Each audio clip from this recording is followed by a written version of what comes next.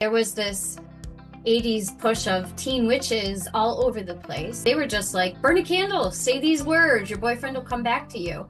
Yeah. And so I started playing around with that because why not? And that's when things started happening. I remember that I was walking into my bedroom.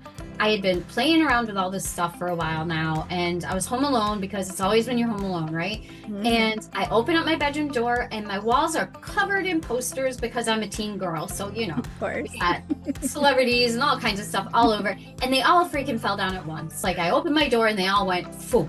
Oh my And goodness. I thought, yeah, this is people are able to say, I'm going to die next week on Tuesday. They have no dementia, they have no brain disease, perfectly oriented, and then they will die. This time on Beyond Numerology, I'm sitting down with Deanna LaDue, an intuitive guide and energy therapist who works deeply with the unseen layers of healing. I first connected with Deanna when I was a guest on her Dreamweavers podcast. It was a very welcoming experience where I got to talk about my most favorite thing in the world, numerology, of course. I talked about what I do and why I do it, and I really loved that experience. Deanna's work is super interesting too. She uses Reiki, unity field healing, and integrated energy healing to help others.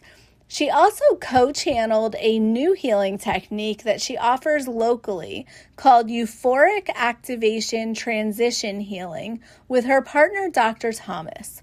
Her and Dr. Thomas do semi-regular live chats and healing sessions on YouTube. And of course, she co-hosts the Dreamweavers podcast, which focuses on spirituality and healing as well. In this conversation, we talk about how these abilities have unfolded over time, the evolution of energy work, and why healing doesn't have to feel heavy to be real. We also go into some really interesting places, from early spiritual experiences to what people begin to see and feel as they approach the end of life. There's a softness to this conversation, but also a depth that makes you realize how much more is really going on beneath the surface. So without making you wait any longer, let's get into it.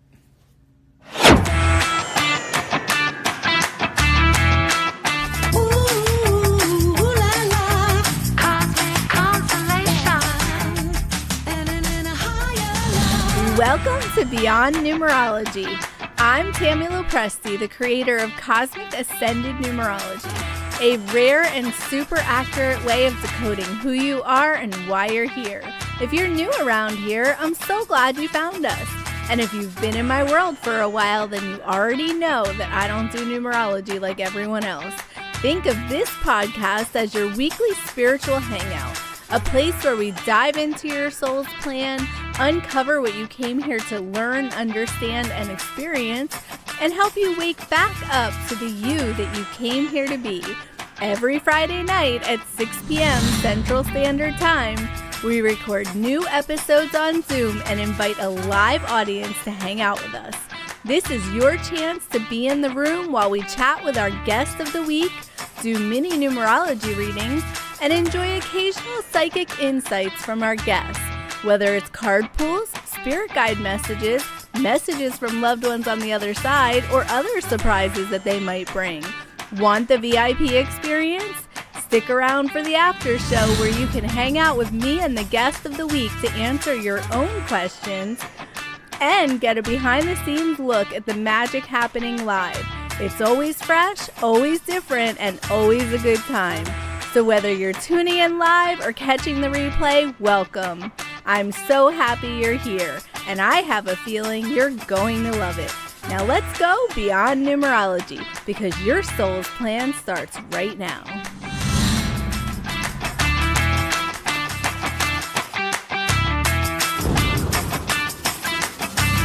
So hi everyone, I am here today with Deanna, and I met Deanna because I was on her podcast. I've now been on her podcast twice, which was really cool.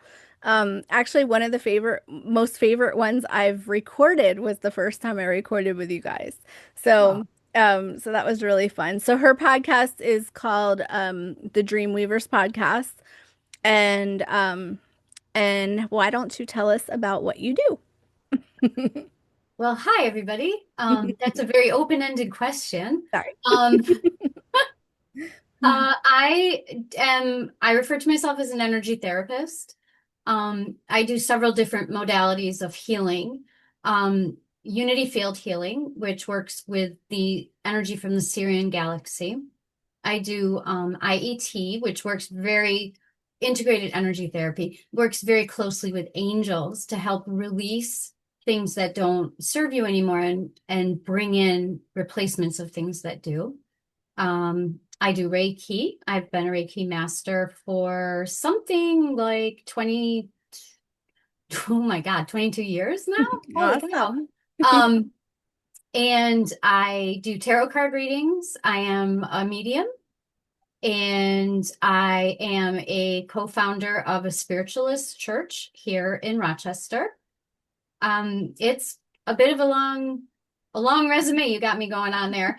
I'm also a co-founder of Healing, ETA Healing, which a friend and I channeled in about a year and a half ago that we've been rolling out locally to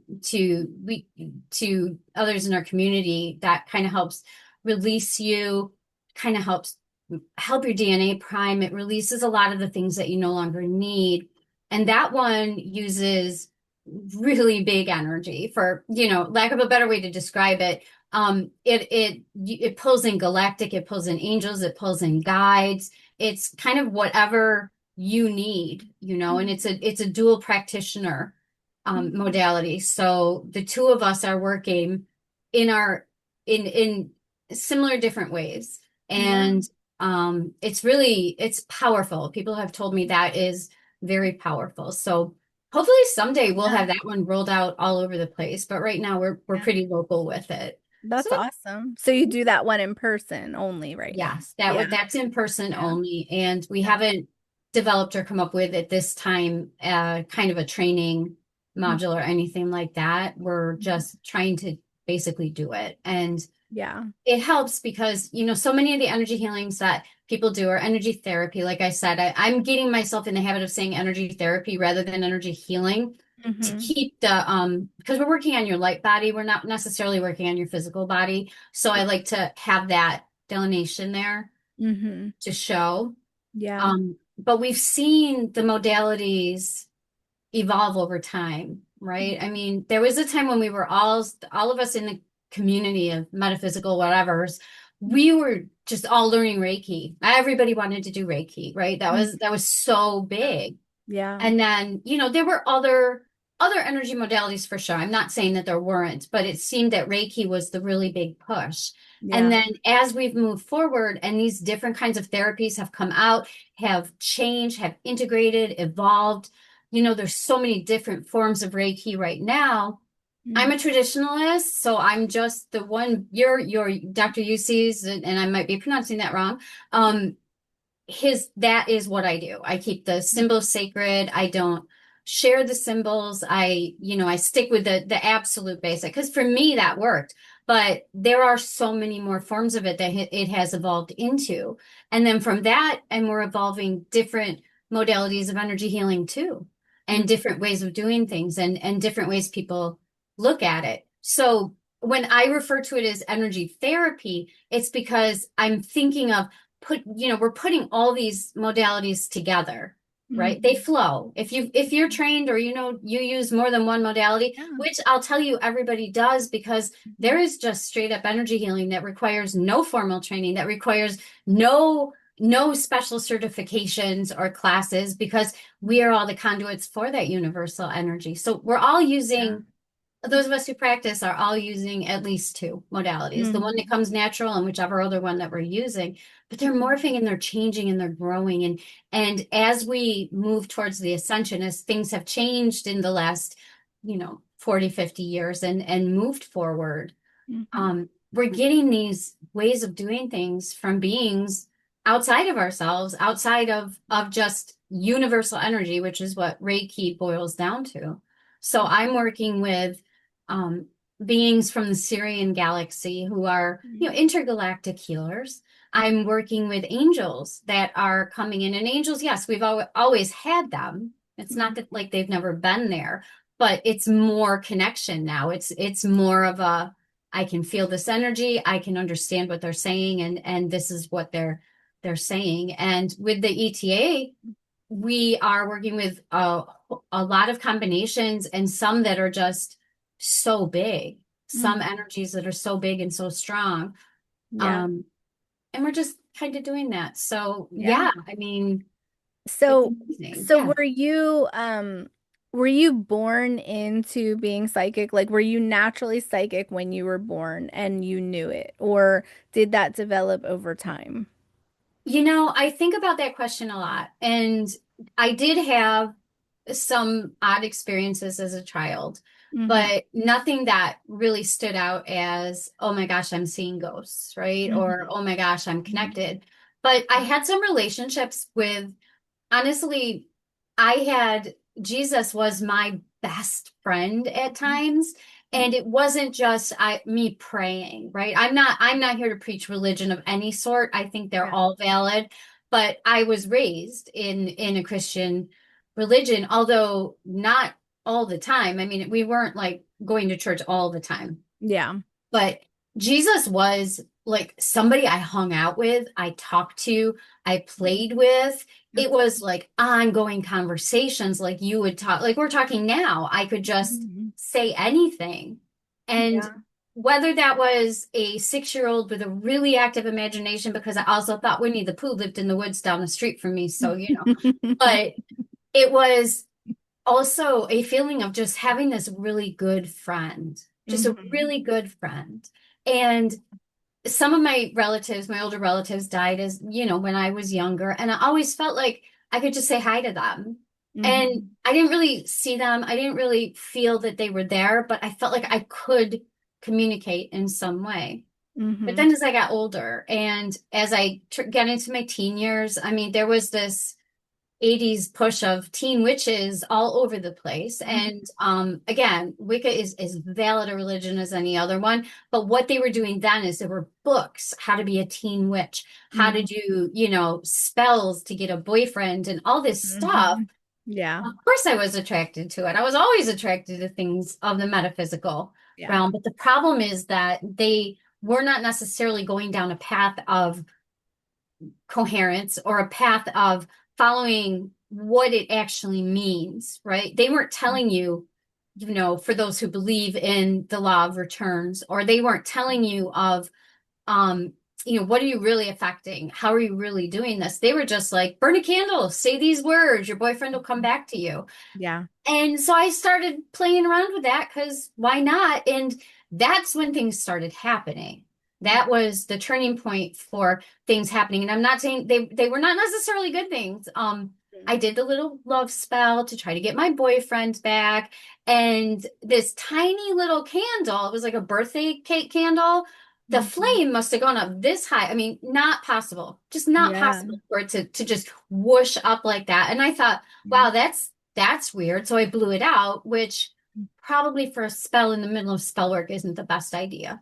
Um, and I've always subscribed to the feeling that love spells are really not meant to work on another person. They're meant to open you up to your availability to love and release your blocks. And that's how they should be sent forward. So that happened. I had incidences where like our hanging light would start swinging and generally I ran out of the house and went to my friend's house, and till my dad came home or something. And then probably the scariest thing was I remember that I was walking into my bedroom. I had been playing around with all this stuff for a while now, and I was home alone because it's always when you're home alone, right? Mhm. And I open up my bedroom door, and my walls are covered in posters because I'm a teen girl. So, Of we course. got celebrities and all kinds of stuff all over, and they all freaking fell down at once. Like I opened my door and they all went foop. Oh my And I goodness. thought, yeah, this isn't what I want to be doing anymore. I Yeah. don't think this is right. So after I ran out the house, went to my best friend's house, came home and realized that maybe I was going to back away from this stuff a little bit. So I started looking at astrology because I was still interested in all of that kind of stuff. I will never tell you I'm any good at astrology because that was the most I did at was, 10th grade, 11th grade. Mhm. Um, but I backed away for a long time. But Yeah. I always felt that there was something there. Now, not anything bad. I had experiences of energy. I was a teenage girl. You get poltergeist energy, you can't help it. It happened when my daughter was a teenager too, that things would happen. Yeah. And there's a lot of that kind of wild, untamed, maybe not thinking types of energies, right? Just Mhm. a reactive energy, for lack of a better word. Yeah. Um, but I felt it all the time. I always felt, I should be able to do something. And, my grandmother, we didn't call it psychic. We just, some grandma knew everything before sometimes we did. And so we have that a little bit. I have ancestral histories of living in Scotland and living in Ireland and, Mhm. past life things and all that. Yeah. But I got I want to say I was whenever 2000, maybe around 2000, Hmm. about that. So I was what, 79, 89, I don't know, in my early 30s. Hmm. Um, I started really feeling it. I had kids at home, I was married, I had a job, all this stuff. And I was a little bit directionless as to what do I want to do when I grow up now that my kids are getting older and I might actually have a chance to do something, right? Do I want to be a Yeah. housewife my whole life or, work those little part-time jobs? Hmm. Um, and so I really started getting into it. And there was dating myself, the Delphi forums, way back in the MySpace days, right? Okay. Um, I was very active on a psychic group there, and I started doing readings for people. Mm. And it wasn't the technology that we have now. So we weren't sitting there on webcams. We weren't looking at people. People would Mhm. like have to get a picture to you, email you a picture if they wanted you to look at something. Wow. It was Yeah. back in the old days, but I Yeah. got really good at it. Hmm. And I would do picture readings for people. I would take people on walks through houses. Like if someone wanted to ask about someone's house, and I literally just walked her through it and I told her what I mean, she's, over wherever, and we're using that little IM pop-up chat thing that they had. Mhm. Um, and I thought, okay, there is something here. I'm not just playing with something. There is something here. So that eventually got me into the Reiki and got me to the point where I thought, okay, I can do something that is tangible, that is physical, that I can feel. Yeah. I want to do that. Yeah. And so that was kind of how it really got rolling. Mhm. And over those years, I used it as much as I could. Mhm. Um, I I gave myself a year and a day to really study Wicca and really decide if maybe that was what was calling me all along. Maybe that Yeah. was where I was going with this. Yeah. Um, I did it, but it didn't resonate the same way. I'll tell people I'm like witch adjacent. Yeah. I like, yeah, maybe I'll make like a little thing. Maybe I'll burn a candle for another reason, but I'm not following the sacred paths. I am just sometimes and I'll never claim that, I'm some great and powerful witch. No, I don't identify with that. So I Mhm. kept going and I kept trying to figure things out. And um later as my divorce came and I was really feeling things, well, back up. Before that, my children had experiences in my house that were unable to be explained because the first thing I taught myself was rule out the mundane before you look at the magic, Mm. right? You don't want to always assume that you're hearing footsteps upstairs when you've actually got a raccoon living in there, which is, what I thought for a while until I found out there were no animals living in my upstairs making footsteps. Yeah. Um, you want to say, well, if all these things just fell off the counter behind me, were they on the edge of the counter? So you rule out the mundane in Mhm. everything First. before you jump to the mystical or the magical or however metaphysical, whatever you want to say. Too Yeah. many things happen that couldn't be ruled out. Hmm. And so again, I was working on, well, how do I make this stop? What do I need to do? What do I need to learn? How do I study for this? So I worked on things like that. Eventually it stopped. I'm convinced it was related to my kids being teenagers and that teenage energy that was out there. And whatever else I was drawing in by being open and not understanding what it means to be open, right? Hmm. I mean, we're light that moths can't help but come to. Yeah. Yeah. Yeah. Yeah, and Yeah. I think as you go, you realize that. And I've always said that Reiki really opens people up. I recommend that anyone that gets into any kind of psychic work or spiritual work, that they start with Reiki because Reiki unlocks you for it. Like it connects Mhm. you to the right place, I feel like, and it unlocks you to understand that you're receiving. That at least for me, that's what it did. And I don't practice Reiki. I'm certified at level 2, but I don't practice it. I didn't really enjoy practicing it because I had the problem of like I would take on the pain that other people were having, like um and I wouldn't know how to release it. I couldn't figure out how to release it. And what's crazy is that I learned it probably I want to say 25 years ago, because it was when my daughter was little and she's 26 now. So I want to say it's like 25 years ago. Um, and this one of the first people I did Reiki on had a shoulder problem. And his shoulder, like he had had like something wrong with his shoulder where he had to have an operation or something, and he had all this pain. And when I did the Reiki on him, I felt that pain in my body.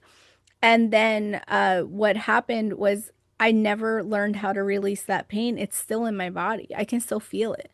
And it was like so many years ago. I don't even know that guy anymore, but it's kind of like my reminder I feel like I carry around because it's not my real pain, and I know that. But it's like this reminder I carry around that says, don't do that. You're not, you know, like it's not for you. Like that part's not for you. So I don't practice on people. I practice on my animals sometimes, you Oh, know. they love it usually. Mine have always loved Some of them. them love it. Some of them don't at all. Like cats, some of my cats will let me do it. Others, like throughout time, other ones, they're healers themselves. And as soon as you start, they get up and walk away, you know. Yeah. So my Yeah, I dog can, yeah, loves. they are cats. Yeah, yeah. Yes, I had a cat. She's passed not too long ago, but she was a healer. For Mm-hmm. me, whenever anything was going on, like she knew whether it Mm-hmm. was physical, emotional, spiritual, and she would sit right here and purr. And they say the vibration of a cat purring is a very healing vibration, Mm-hmm. and she really, really did. And I feel like she was sending me healing as she was reaching the end of her life. Yeah, It was yeah. quite an experience, but I mean, I don't want to sit and talk about death. I'm also a death doula. So, Oh, cool. That's awesome. I um, really love that kind of work. Like, I think that work is extraordinarily beautiful, you know? it is. It is. And in my profession, I have had the opportunity to work with people as they transition. And Mhm. the most profound experiences happen. And no one will ever be able to convince me that there's nothing beyond this. I know for a fact there is because I've been told what is going on. I've had Mhm. people see angels, I've had people see gardens, I've had a Mhm. lot of people seeing children. That's a pretty common thing. And these are people who have most of my clients were elderly people, many with dementia. So there was a lot of contributing factors that you could say, well, maybe they're seeing this because they have a brain disease. Yeah. But the thing is that when they got to that point, there Mhm. was an unimaginable level of clarity in Mm. their speech, in their talk. Wow. Some people, yes, not everybody had these experiences, but Mhm. there was right at the end when somebody who was very confused and didn't understand what was going on will suddenly say, my mom is coming to pick me up tomorrow, so I'm going to go pack my bags. Wow. And that's when you say, okay, and call the family. Yeah. Because people Wow. are able to say, I've had people say, I'm going to die next week on Tuesday, Mhm. and they have no dementia, they have no brain disease, perfectly oriented, and then they will die. Yeah. Yeah. And the descriptions, I'm seeing a garden on the ceiling. I'm Mhm. watching the lights and the angels bounce around in the corner. There's a rainbow over there. I mean, the Mhm. things that I've heard, like Yeah. found. Yeah. And that was part of what drove me to keep going in the energy therapy and to keep going in the metaphysical community was there is something there because I have been blessed to be in a situation where it was present. And Yeah. to know that is to feel not only the peace that comes inside knowing that there is something, whatever it might be, there is something, but Yeah. also the responsibility, if you want to call it that, to share what you know. Yeah. And Well, yeah. that's how I feel about so I had a near-death experience in my 20s, Mhm. and I interact with a lot of people now, kind of, because I'm doing the podcast, that have also had near-death experiences. And, one of the themes that seems to keep coming up, is that they feel that it happened to them, and I feel it happened to me, so that we could come back and tell the tale, so that we could say, hey, there's not nothing. Like, you're not going to die, shut your eyes, and that's it. There is more, and your loved ones do come, and they do come and get you, and you do go somewhere. I can't say where, but it's better than this. I know that for sure, you know. Um That's how I got into spiritualism after those yeah. experiences. And Yeah. spiritualism is a religion, a philosophy, and a science. And Mhm. it started near me. I'm in New Mhm. York, not too far Yeah. away from where the Fox sisters were, and Mhm. all of the things that went on with that. Um, and then spiritualism took off all over the world, kind of concurrently. It was growing in like all of the indigenous religions definitely had spiritualist beliefs. Yeah. Into the as we move forward in time, it takes over in America. It takes over, or not takes over, but it spreads in America. It Yeah. spreads in England. It spreads in Yeah. Brazil, and they're all kind of different flavors of Mhm. the exact same thing. Yes. And Yep. once I was able to really feel that I had proof that Mhm. something else is there, I was like, well, maybe now it's time to join a spiritualist church and Mhm. work on my mediumship and work on my healing outside of Reiki, because spiritualist Yeah. healing is literally just laying on of hands. It is not poke someone on the forehead and they fall backwards and the stuff that we used to see on TV back in the day, Yeah. but it's just laying on hands and a gentle prayer that may this person be healed from whatever is Yeah. causing them distress. It's easy. I mean, and I ended up helping co-found a spiritualist church here in Rochester, Mhm. where we've been, I think, 5, almost 6 years now. We've been holding services monthly and doing your traditional spiritualist services. Well, not always traditional because I tend to like to shake things up a bit, Yeah. but the general theme of the healing, the mediumship, the message. Mhm. Yeah. And that was where I found my home. That was where I realized this is what I was looking for. And Mhm. I had some pushback from people, well, it's not Christianity, and it's but that spiritualism is open to everything. Yeah. So there's the inclusion of any of that. Like, some spiritualists will say God, some won't. Some will say infinite intelligence, some will say spirit, universe. I use all different words Mhm. depending on what I'm talking about, and Mhm. um, so that was what really prompted me to move forward into healing different modalities. But I Yeah. didn't know what I wanted to do. I just knew I needed to do it, right? Yeah. And so I was looking into mediumship, I was looking into healing, I was starting to do tarot card readings, which traditional spiritualism in America has two different, well, probably more than two pathways, but the main ones is yes, you can use tools, no, you can't use tools. I Mhm. was in the no, you can't use tools Mhm. place. Okay. But I didn't believe that, so I just didn't do them in church. But Yeah. the church we have now, anything, I mean, it's a very progressive group that we've managed to start. Yeah. Um, That's awesome. it really, really is. Mhm. Yeah. And so then I got into I started meeting some people. I had to go through a bit of a personal trials to Of get course. myself to the point where I had to regrow myself and realize I can be whoever I feel I'm supposed to be. Hence Mhm. the purple hair, right? Of Um, course. and and once I did that, the people came into my life that I needed. Yeah. I got my teachers, I got my mentors, I got my friends, I got my healing partner, and it just blew up. And so I did the Unity Field Healing with Dr. John Ryan, who is the one that channeled that in, which is just an honor to have been trained by him. Mhm. And a little later, I did the integrated energy therapy with our local practitioner, Sheila Tillich, who does a lot of this kind of work. Mhm. Um, so I'm blessed that I have them kind of in my mentor box, Yeah, right? that's And my friend amazing. box. Yeah, that's great. Um, and it just snowballs after that. It's Hmm. all you really have to do is say, what I said was, please put me where I'm most needed, and off it took.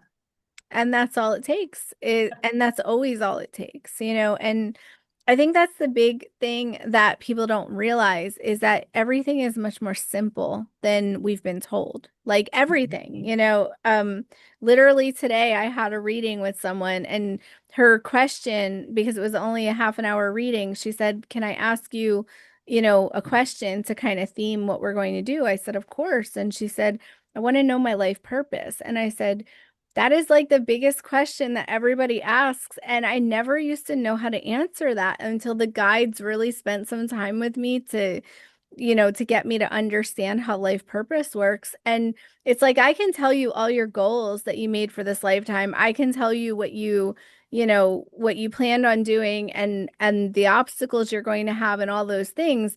But I never did know how to tell someone their life purpose.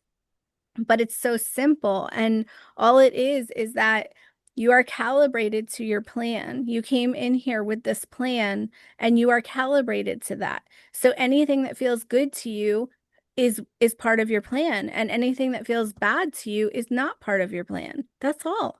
So make decisions that feel better or worse depending on how much in alignment you want to be with your plan. That's all. Even your eating decisions. Like I told her, I said, start with, do I want a banana or do I want an apple? Do I want to eat, dinner food? Do I want to eat breakfast food? It doesn't matter, but like every decision you make, say what feels better, even a little bit, and that gets you in alignment with your life purpose. And it's actually very simple. And that's how everything is. And when it comes to like using tools or not using tools, I've always thought that tools are just props. I was not I was never taught that there were limitations on psychic gifts. Like I just wasn't taught that. I wasn't taught that you had to do rituals or you had to meditate or you had to light a candle or any of those things. Thank God, because then I'd have all these limitations. But for me, it's just like it's on when I use it and it's off when I don't. It really never turns off, but it's kind of like it's just always there. And the actual numerology is it's a tool that adds to it, like that helps me channel the information so that it doesn't look like I'm just talking to the air, like I'm just gathering from the air. And same with a crystal ball, same with tarot cards, same with anything that people do. It's really just a prop. So it's tangible for people to say, oh, you're getting it from somewhere. And it makes it more believable and it helps them. And you do get messages from those props. It's just that if you just sat there and were gathering information from the air and it was all accurate, it would freak people out a little bit, I Yeah. think. So it just helps them to have a chart and say, oh, there's a math equation, or to have a crystal ball and say, I'm seeing something, or to have a tarot card come up, like all those things kind of just prove the concept, I think, Right. so I think it has, there's got to be a level of tangibility, and people, they need something tangible. And I can pull a card and Mhm. show it to them and I can say, Yes, this means this. And the readings are never yes, the same. I don't of course. follow Yeah. what the cards even mean all the time Mhm. because it's not the point. No. Like this deck, I don't know if Yeah. you can see, but it's Yeah. got like, this is the deck I learned on. So it's got all these descriptions and Oh, cool. Yeah. correlations and I'm just like Yeah. I tell people if you see that and it makes sense to you, go ahead and take it as part of your Yeah. message. But Yeah. you also might hear me say something that doesn't relate because it's about what's really going on with the person sitting on the other side of the table. Yeah. And the cards help That's because they yeah. can take a picture that yeah. And And that's how it is. That's how it is with every modality, I think, when you're trusting it. mhm, It's like I can tell you everything that each number means in numerology according to your chart and according to what they actually mean and all these things. But what I'm really tapping into is your energy field, and I'm asking your spirit guides what they want to tell you. I'm also asking the numbers what they want to tell you, and the things that I tell you might not have anything to do with the meanings of your numbers because I'm really just tapping into what you need right now, and the numbers are guiding me to find those answers, you know? Mm-hmm. Um, yeah, and I think that that's true for all of this, you know, I just do. I think it's true. Anyway. Okay, so for the rest of the time that we're here, we have about 20 minutes-ish. We're gonna do mini readings. If you guys want mini readings, you can put in your numbers or someone else's numbers. And I will look at your numbers and Deanna will actually pull a card for you. Yes. So and I can look at your numbers while we're waiting for the numbers to get added. Okay. So I know like a not a lot of people are joining us yet because we just transitioned to this way, but you know, in the future I think a lot more people will join. So don't get discouraged that there's only a few people here. I think by the time you come back next time we'll have a full room. So, Oh, that's fine. It's the people that are supposed to be here are here. of That's course. how I look at it. Of course. And everybody else can watch it on replay. That's right. They just don't get to win a reading. Yes, yes. Um, okay. So I'm gonna look at your numbers, and do you have any questions about your numbers, Deanna? Like about anything that you want me to ask or look into? Not particularly. I really like just what spirit needs to say. Okay. I'm open to all the messages. So, Okay. So what I usually do is I'll write them out. I don't have to write them out because I already have them written down right now. But I usually write them out and then I just go, what is standing out to me right now? You know? mhm, And so the very first thing that was standing out to me when I looked at it is that you have you have a rebirth in your chart. And I don't usually talk about a rebirth, but it really stood out. And um so it's saying that you have had a point in your life where your spiritual beliefs had a collapse and then a rebuild, you know, and that has actually put you on this path, like on this journey. mhm, And as I'm saying it, they're like the guides are starting to like say, this is why we wanted you to say that, you know? So then they're moving me to you have a 6 in the middle of your chart and it becomes a goal number for you as well. And so the 6 is all about it's all about creativity. It's the creation number. It's all about having this like wild imagination inside your brain, like this whole world inside of your head basically that you're always trying to bring to life. And so they're talking about how this rebirth actually put you on the trajectory of where you're going with all of your spiritual work. Like it all had to burn down and start again so that you could now be on the path to creating something that didn't exist before. And so what you're creating has something to do with nature or animals or both, but I'm actually seeing the earth more. Like I'm seeing like Mother Gaia. There, she's been showing up actually a lot today because she showed up earlier in my reading. She was actually talking in my reading earlier. Well, we're getting on towards Imbolc, which I might have pronounced wrong, but it's a big time. What did you say? We're getting on towards Imbolc. I don't pronounce Okay. it right. I never Okay. do. But Okay.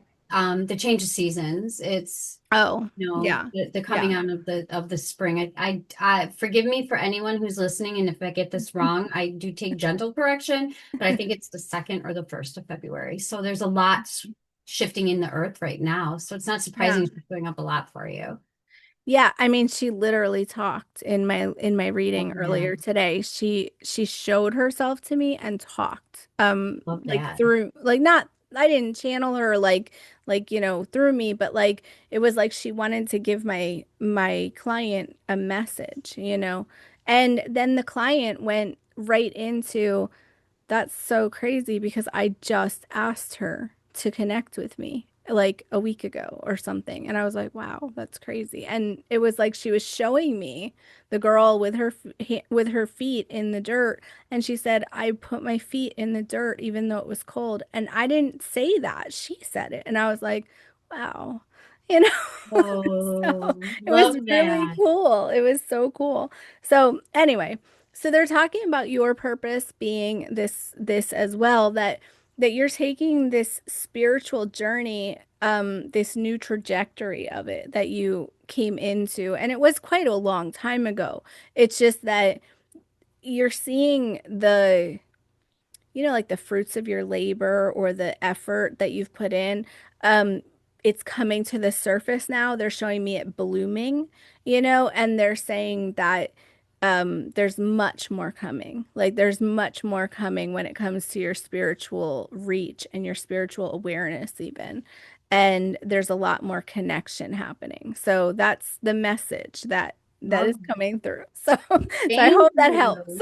It Yeah. does. It does. I actually have a numerology question for you, if I can ask Yeah, one real of quick course. before. And I Always. apologize if this is something you covered somewhere and I just missed it. But Totally fine. somebody asked me today Hmm. if numerology is based on your birth numbers. Yes. Do you only ever need one reading because your birth date doesn't change, or is there a change in the readings over time? So I used to wonder that as well.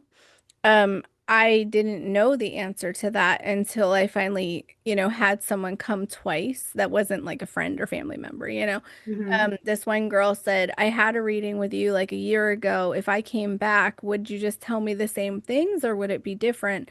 And I said, I don't know. Come, let's see. It was completely different. And I don't mean that I didn't tell her some of the same things because the numbers mean what they mean, but I actually tap into your energy field. I don't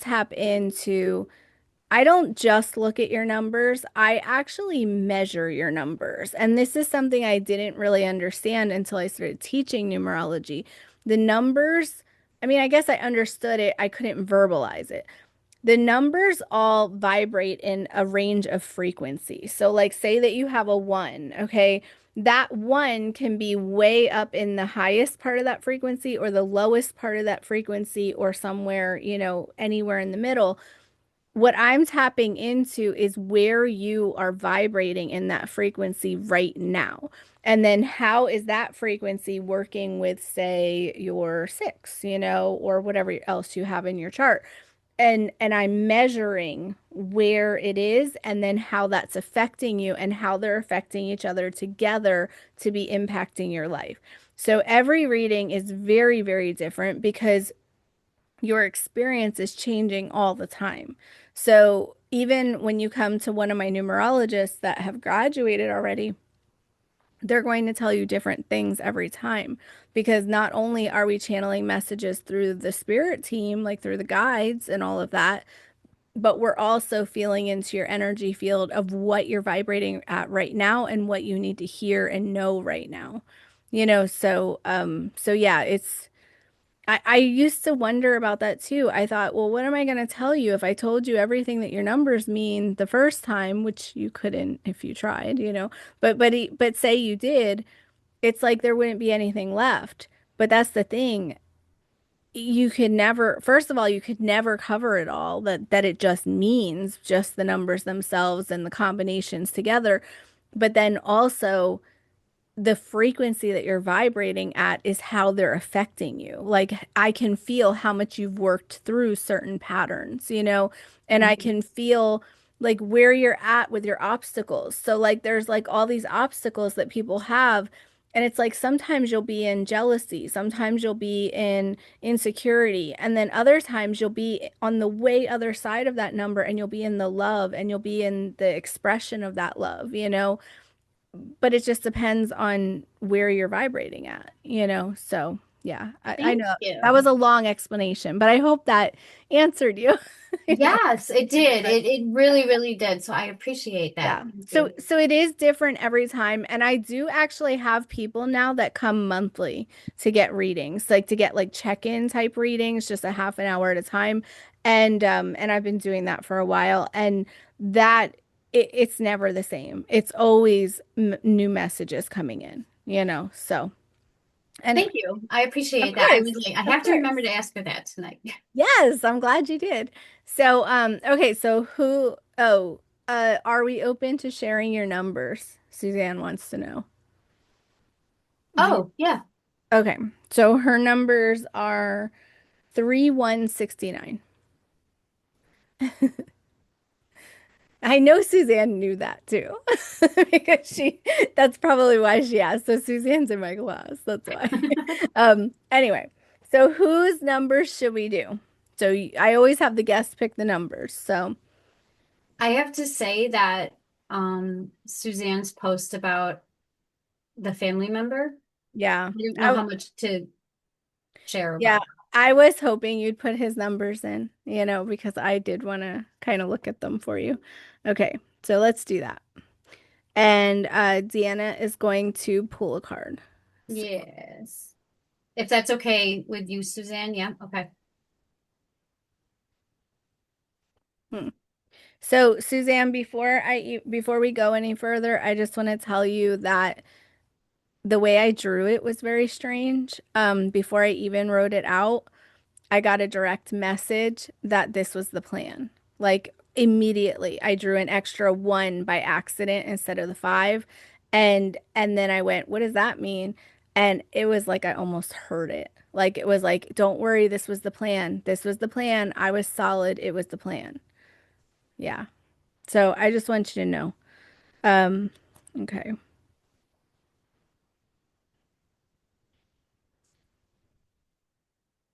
And then whenever you have that card, Yeah. sorry, This I didn't is our realize you. card. It's reversed. You can see he's holding on to his pentacles or his coins. I'm going to speak as if like I'm teaching what everything means in my interpretations of everything.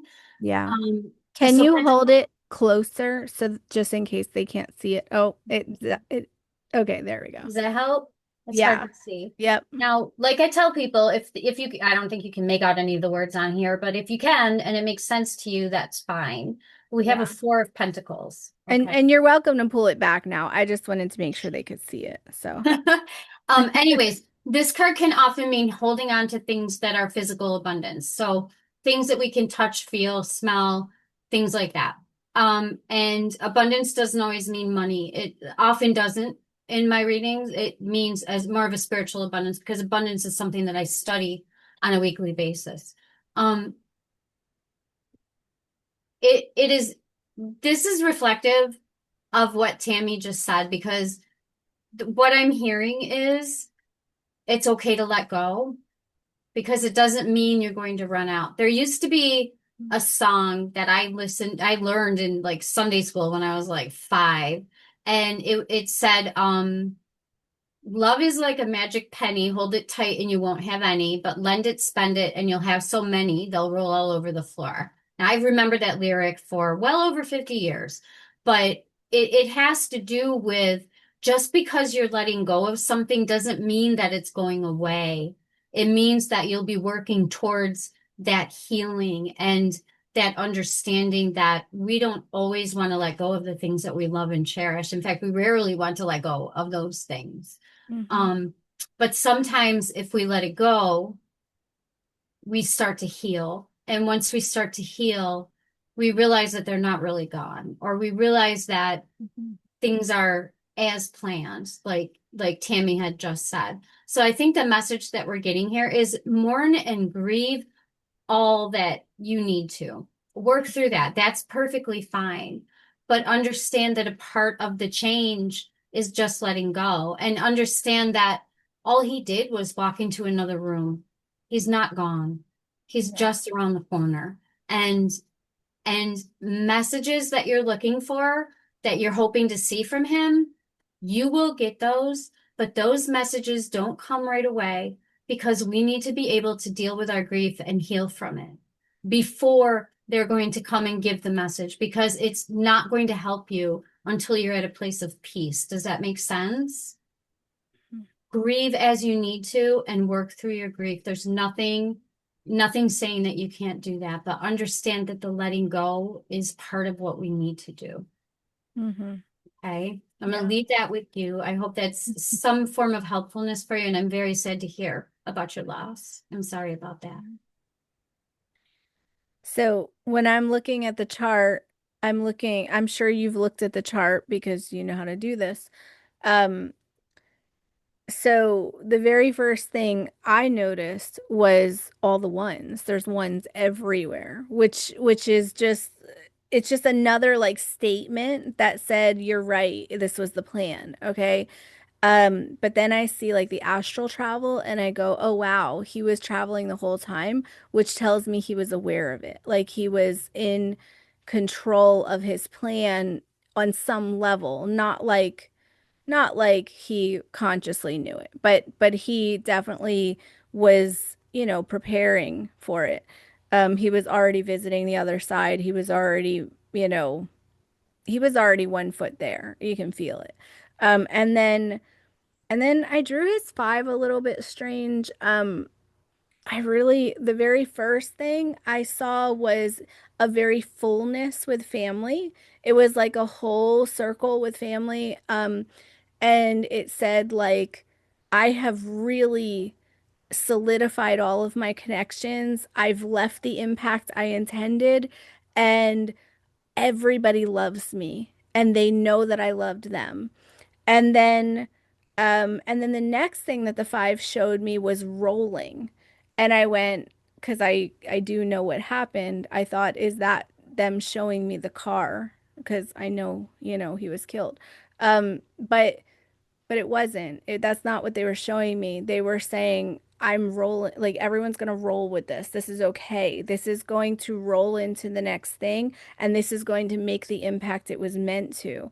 And then it says, this was a long, hard life. This was a giant struggle, and it's a relief now.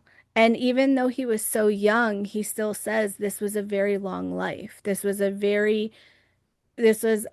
life of struggle and a life of uphill battles, and even though he has like the unconquerable, he felt defeated a lot, and it was really hard for him, and he was so thankful for the release. And then of course, I know you looked at this. He was on his last life, and he was very intentional, and he was very intentional with his relationships in this life because of that. So he's very solid, he's very clear, everything's completely fine. Like, except of course everyone's going to grieve it. And he did magnify the six. Like, I kind of feel like he's right here in a way. Um, he like the six magnified to show me the grief and showed me, people are really not okay, but they're going to be, and that was the rolling then, that people are going to roll into the next thing and it's going to be okay. So I'm sorry. I'm so sorry that your family's experiencing this. When I saw the pictures online, it's really sad. It's really awful. So I'm sorry. And I love you. And I hope we helped in any way at all. you know. So okay. So let's do one more, Deanna. And then that'll be it. And then we'll move to the after show. So So I have to choose between the two other ones and figure out who gets the reading. sorry. It's not That's fair. why that's why I have the guests do it, because I can't do that part. Thank you, Suzanne. I'm glad. I'm glad. I figured you were seeing what I was seeing, so I'm glad. Okay. Okay. We recently did a reading on one person in the group. So I am Mhm. going to go to the other person since we already did a reading not too long ago. Okay. So, Okay. is it Maxine? Did I get your, I'm guessing your name. Katrine? Let's see. It's, Katrine? yes, Petrine. Yeah. Okay. Yep.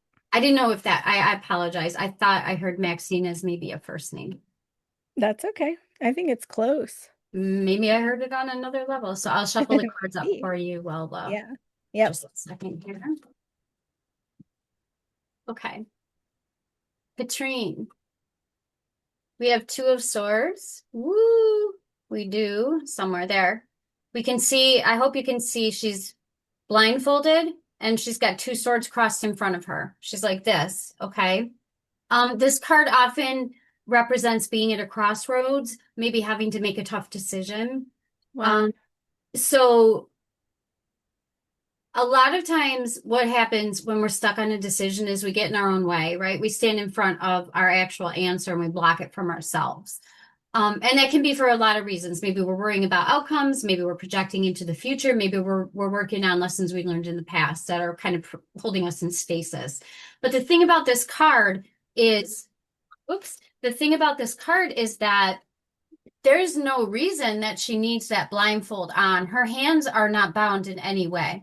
So we're going to look at the swords and we're going to look at those as directionals, right? They're in the gendered parts of the tarot.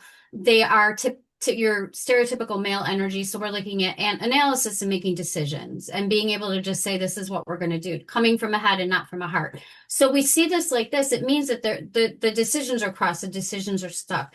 But all she has to do is step away from the decisions for a minute and take off the blindfold. So what this is telling me is that whatever it is that you've been trying to decide on, that you're going back and forth on something, I don't know if it really has to do with education or not, but that's like a feeling that I'm getting. It has something to do with learning something, and you're stuck.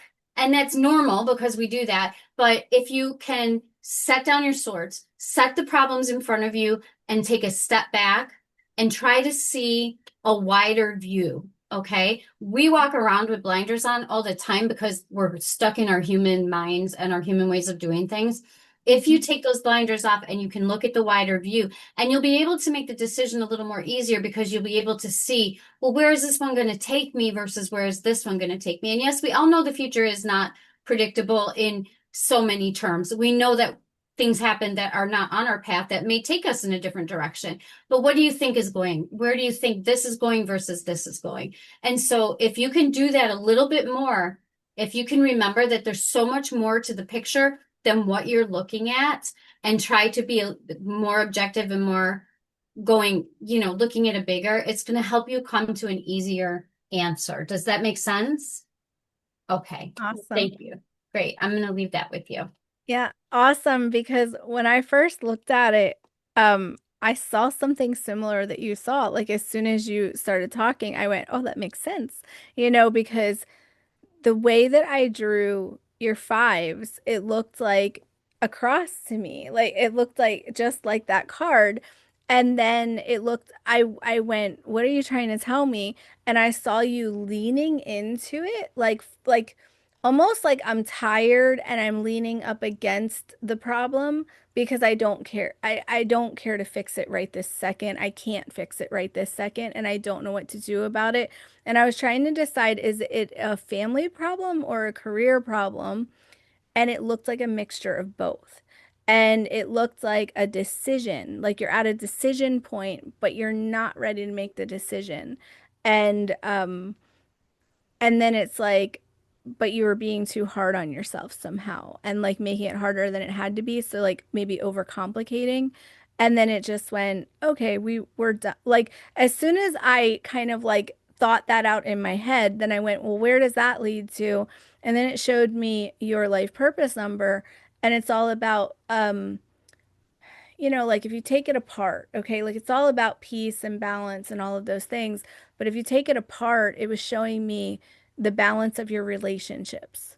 And so it was telling me something about how you gain balance once you do make this decision, and you're avoiding the decision even though it's causing imbalance because you're getting in your own head about it. So that's what I felt, So I don't know what the decision is, but I think it felt the same as what Deanna was saying, which was crazy to me.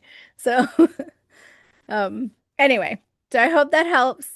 And we're going to end this and move into the after show. So thank you guys for all being here. This has been a great episode, even though we did this whole big transition. I didn't know how this was going to go. Let's cross our fingers that it's going to record the proper way, So, But yeah, so I love you guys. And if you're coming to the after show, we're logging out here and we're going there. So see you in a little bit if you're coming. All right. Bye. And thank you, Deanna. Thank you.